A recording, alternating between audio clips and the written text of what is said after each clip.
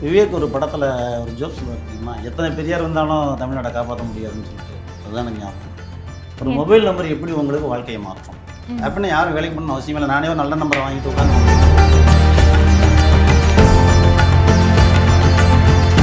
13ஆம் number அப்படின்றது ஆத்மாக்களுக்கு உகந்த நம்பர் அப்படின்னு சொல்லி சொல்றாங்க. பேய்களுக்கு ரொம்ப பிடிக்கும் அப்படின்ற மாதிரி சொல்றாங்க. ஏன் அந்த 13ஆம் நம்பரை சொல்றாங்க? என்ன காரணம்? அது உண்மைதான். ரஜினிகாந்த் சொன்ன மாதிரி போச்சு, மிருகசில நட்சத்திரமா பேருக்கு ரொம்ப பிடிச்ச நட்சத்திரம்னு சொன்ன மாதிரி அப்படிலாம் கிடையாது. 13ஆம் நம்பர் வந்து தொழிலுக்கேற்ற சிறந்த நம்பர்.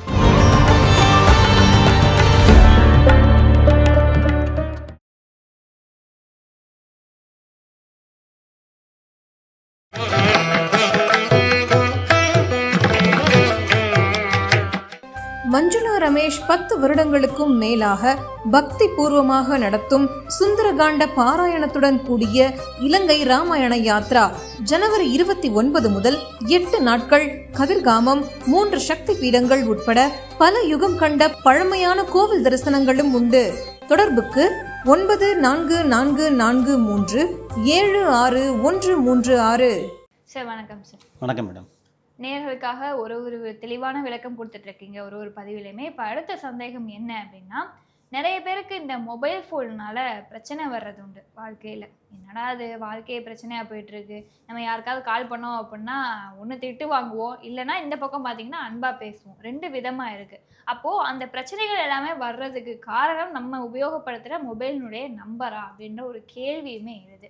இப்போது இந்த நம்பர் வந்து மொபைல் நம்பர் கூட இருக்கக்கூடாது அப்படின்னா எந்த நம்பராக சொல்லலாம்? நிறைய பேர் வந்து ஃபேன்சி நம்பர்னு சொல்லிட்டு ஃபேன்சி நம்பர் வாங்கி வச்சுருப்பாங்க.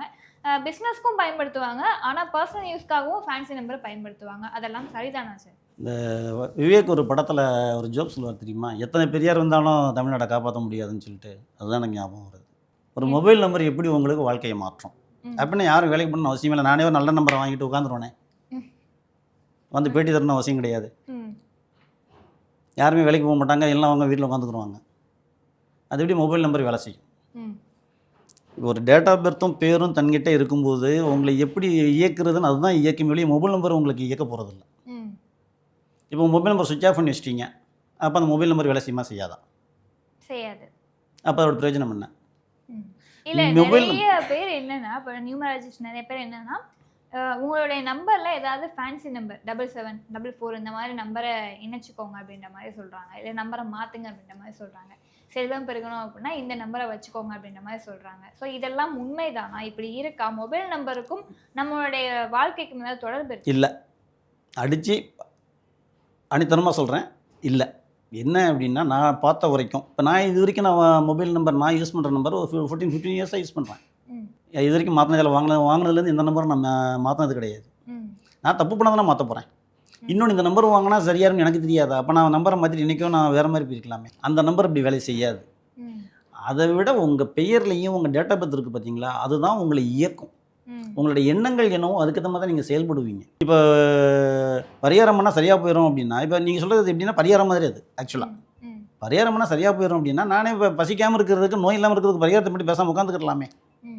எல்லாருக்கும் வச்சுன்னா யாருமே வேலை செய்யணும்னு அவசியமே இல்லையே. பசிக்காதே, நோய் எதுவுமே வராது. நம்ம எண்ணங்கள் என்னவா இருக்கும், நம்ம எப்படி திங்க் பண்ணுறோம், நம்ம கேரக்டர் என்னங்கிறத பொறுத்து தான் நம்மளோட வாழ்க்கை. சொர்க்கமும் நரகமும் இங்கே தான் ஏன் சொல்கிறாங்க அப்படின்னா, அவங்க எண்ணங்கள் சரியாக இருக்க வரைக்கும், அடுத்தவங்களை புரிஞ்சிக்கிற வரைக்கும் வாழ்க்கை நல்லாயிருக்கும்.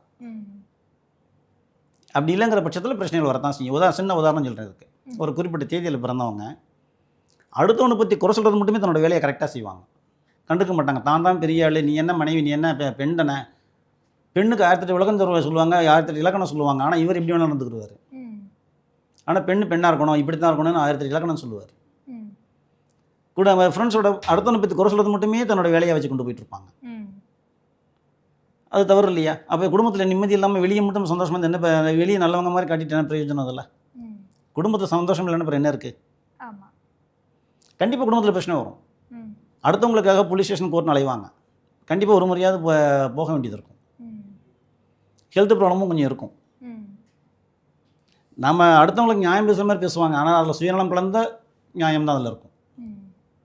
ஆனால் எப்பயுமே அடுத்த 4 பேர் பெருமையாக பேசணும், பெரிய ஆளாக பேசணுங்கிறத மட்டும்தான் அவங்க கவனம் செலுத்துவாங்க.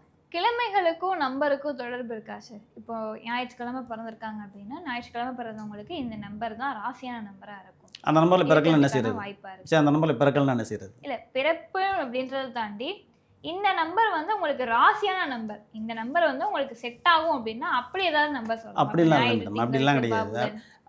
அப்படி நீங்கள் திங்க் பண்ணுறதை விட பிறந்த தேதியும் பெயரும் இருக்குது பார்த்தீங்களா, அது கொடுக்குற கேரக்டர் தான் பெர்மனண்ட்டானது.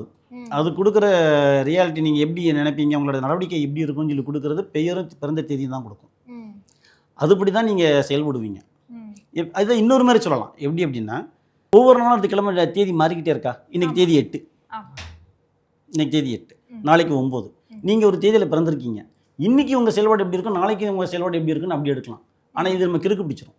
ஒவ்வொரு நாளைக்கும் எப்படி நம்ம பார்த்தோம்னு வச்சுக்கோங்களேன். இதை விட இன்னொன்று என்ன அப்படின்னா, நீங்கள் யார், உங்களோட செயல்பாடு எப்படி இருக்குன்னு தெரிஞ்சுக்கிட்டா, நீங்கள் திங்க் பண்ணுறது சரியா, உங்கள் செயல்பாடுகள் கரெக்டாக அப்படின்னு நம்ம தெரிஞ்சுக்கிட்டோம் அப்படின்னா, அதுக்கேற்ற மாதிரி நம்ம இருக்கும்போது எந்த தேதியாக இருந்தாலும் உங்களை பாதிப்பு தராது. நம்ம எண்ணங்களை சரிப்படுத்தாமல் நம்ம தப்பாக இருந்துக்கிட்டு தேதியை நம்ம குறை சொல்லி பிரயோஜனம் இல்லை. அதுக்கு நம்ம யாரும் தெரிஞ்சுக்கிட்டோம்னா, நம்ம செயல்பாடுகள் கரெக்டாக தெரிஞ்சுக்கிட்டோம் அப்படின்னா அதோட ஸ்மூத்தாக போய்கிட்டு இருக்கும். இதுக்கு மெயினாக எங்கே உங்களுக்கு வேலை செய்யும் அப்படின்னா, ஒரு சிலர் என்ன செய்வாங்க அப்படின்னா, திறமை இருக்கும் ஆனால் அலுவலகத்தில் அதை காட்ட மாட்டாங்க. நமக்கு திறமை இருக்குன்னு அவங்க மதிக்க மாட்டேங்கிறாங்க அப்படின்னு வேகம் மட்டும் இருக்கும். அந்த வேகத்தை வீட்டில் வந்து காட்டுவாங்க, வீட்லேயும் கோவப்படுவாங்க, உறவுகளையும் அவ்வளோவா நல்ல ஸ்மூத்தான ஒரு ரிலேஷன்ஷிப் வச்சுக்க மாட்டாங்க. அப்போ அவங்களுக்கு சுற்றி எங்கே பார்த்தாலும் ஒரு பிரச்சனையாகவே தெரியும். ஆனால் திறமை இருக்கும்.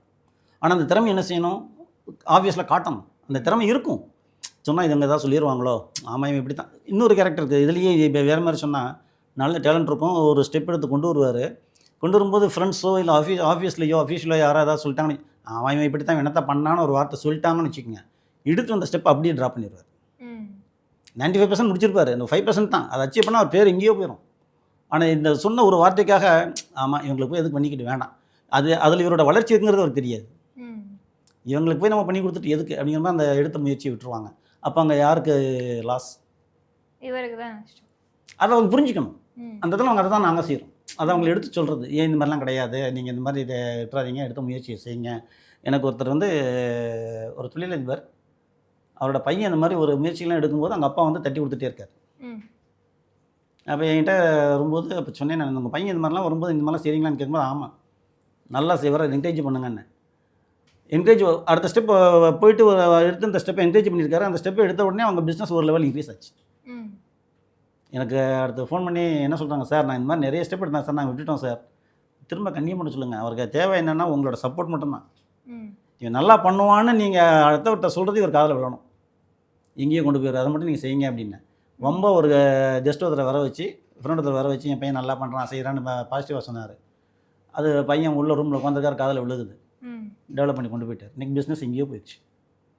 அப்போ அவங்களோட கேரக்டரை எப்படி நீங்கள் யூஸ் பண்ணுறீங்கிறத பொறுத்து தான்.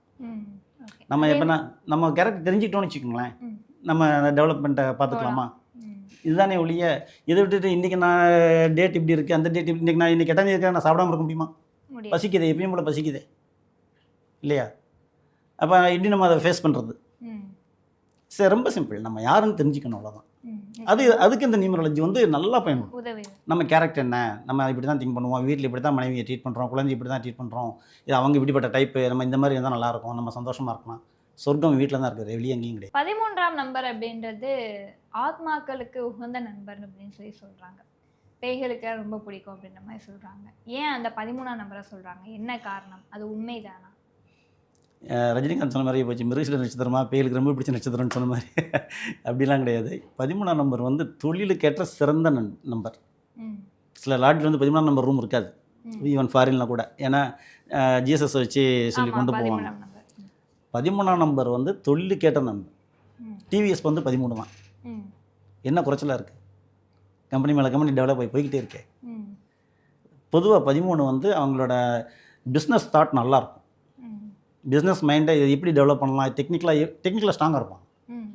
டெக்னிக்கலாக இது எப்படி கொண்டு போகலாம், எங்கே ஒரு பிரச்சனை இருக்குது அப்படின்னு வச்சுக்கோங்களேன், டெக்னிக்கலாக இதை அப்ரோச் பண்ணி எப்படி அதை நீங்கள் சால்வ் பண்ணுறது அந்த 13ஆம் நம்பர் கூட வேலை செய்யும். பொதுவாக 4ஆம் நம்பர் டெக்னிக்கலாக ஸ்ட்ராங்காக இருக்கும். டெக்னிக்கலாக இது எப்படி சால்வ் பண்ணால் இந்த இஷ்யூவை சால்வ் பண்ணி கொண்டு போகலாம், என்ன சொல்யூஷன் தரலாம், நல்லா யூஸ் பண்ணால் மூளை நல்லா வேலை செய்யும். என்ன ஒன்றே அந்த 13ஆம் தேதி பிறந்த ஆண்களோ பெண்களோ இருந்தால் என்ன சொன்னால் கொஞ்சம் சளி தொந்தரவு இருக்கும், வயதாக சரியாக போயிடும். 13க்கு இப்போ கேட்டிங்க, 22 கேட்டிங்க, ரெண்டுமே 4 தான். ரெண்டுக்குமே உள்ள கேரக்டர் வேறு வேறு. ஆமாம். ஸோ ஒரு பதிவுலேயுமே வந்து தெளிவான விளக்கம் கொடுத்துட்ருக்கீங்க. அந்த வகையில் இப்போது நான் வந்து மொபைல் நம்பரை வச்சும் 13ஆம் நம்பர் பேய் கார்டு நம்பரா அப்படின்ற ஒரு கேள்வி கேட்டிருந்தேன். அதற்கும் ஒரு தெளிவான விளக்கம் கொடுத்துருந்தீங்க.